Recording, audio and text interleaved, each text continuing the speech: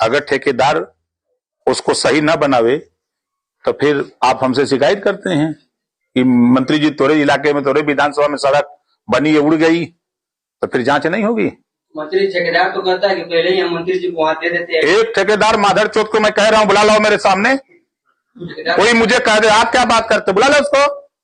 एक ठेकेदार कोई कह दे यहाँ का कि ओम प्रकाश राजभर को पैसा दिया हूं, जूता जूता मारूंगा ऐसे ठेकेदार को। कोई कह देगा तो ऐसे थोड़ा राजभर घूमता है। वो लोग हैं जो गलत करते हैं, वो बोलते हैं। भाई कल तक 100% लोग सेफ नहीं थे, आज तो कुछ परसेंट बढ़ाना, कुछ परसेंट रह गया है हमारा। मंत्री जी कुंभ में संतों की मांग रही है, मानते हैं कुछ परसेंट भाई देखिए, अब हम नहीं कहते कि आम के पेड़ में बौर लगा तो 100% फल लगेगा उसमें कुछ तो टिकोरा बौर झड़ जाता है, कुछ टिकोरा झड़ जाता, कुछ तो फल व्यवस्थित रहता है, ऐसा नहीं है। मंत्री जी ने कहा है, क्या बताएंगे? सही बयान कहा है मोहन भागवत जी। देखिए बोलते हैं जब ना एक शब्द को हो रहे तो जब शोभा के उनके बयान को अगर आप अध्ययन से पढ़ेंगे ना तब ना समझ में आएगा। संतों की मांग कुंभ में रही है कि कोई भी हिंदू समाज के अलावा किसी की और दुकान न लगे। देखिए ये लोकतंत्र है, लोकतंत्र में सबको अधिकार है। हिंदू भी जाता है मजार पे चादर चढ़ाने, मुस्लिम भी जाता है मंदिर में पानी चढ़ाने शंकर भगवान को। तो ये तो अपनी अपनी आस्था है, जो जिस धर्म में है अपना धर्म के अलावा हट उठ करके ऊपर काम करते हैं, इसमें कौन सी बात। कहा जा रहा है कि संतों की मांग जो है पूरी हुई, कोई भी वहाँ हिंदू के अलावा और दुकानें नहीं लगी। अभी हमको तो ऐसी जानकारी नहीं है, आपको जानकारी होगी। मंत्री जी समाजवादी पार्टी जो है जो उपचुनाव हुए हैं वहाँ के सभी जो चुनाव के सीसी फुटेज की मांग किया है, निकाल का नहीं लेते, कौन नहीं दे रहा है। हमसे हम मिले लिख के दें, हम निकलवा के दे दें। देश के पूर्व प्रधानमंत्री का निधन हुआ, क्या कहेंगे सर? देखिए दुखद है।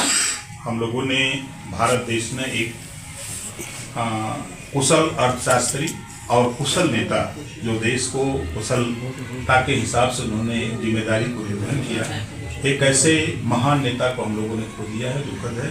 ऐसे मौके पर हम श्रद्धांजलि अर्पित करते हैं अपने दुख की घड़ी में ऐसे नेता को कि अपूर्णनीय क्षति है भारत की। मंत्री जी संभल पे आप लोग राजनीति कर रहे हैं, विपक्ष का ये कहना है। संभल पे आप इतिहास पढ़िए, संभल में जो विपक्ष कह रहा है तो आजादी के बाद से लेके संभल में घटनाएं होती आई हैं। और कौन सा ऐसा तंत्र है कि हम अगर हिंदू जुलूस लेके जाए उस मुस्लिम इलाके से तो बुरा लगता है, और मुस्लिम अपना जुलूस लेके जाए हिंदू इलाके से तो सब कुशल निकल जाए, ये कौन सी बात है। दोनों के भाईचारा होना चाहिए ना। वो लोग मोहम्मद साहब को मानते हैं लेकिन मोहम्मद साहब के विचार को नहीं मानते। अगर मानते तो ये बात नहीं करते। इंदिरा लगातार मंदिर और कुएं निकलने संबंध में जो बंद है तो खुल रहे हैं। मंत्री जी वक्फ संशोधन अधिनियम क्या लगता है, जेपीसी की जो बैठक है उसमें चल रही है, 3 राज्यों के जेपीसी जो असंतुष्ट है उससे, देखिए हम डेली लखनऊ रहते हैं या कहीं रहते हैं तो 5, 6, 10, 15 शिकायतें आ जाती हैं।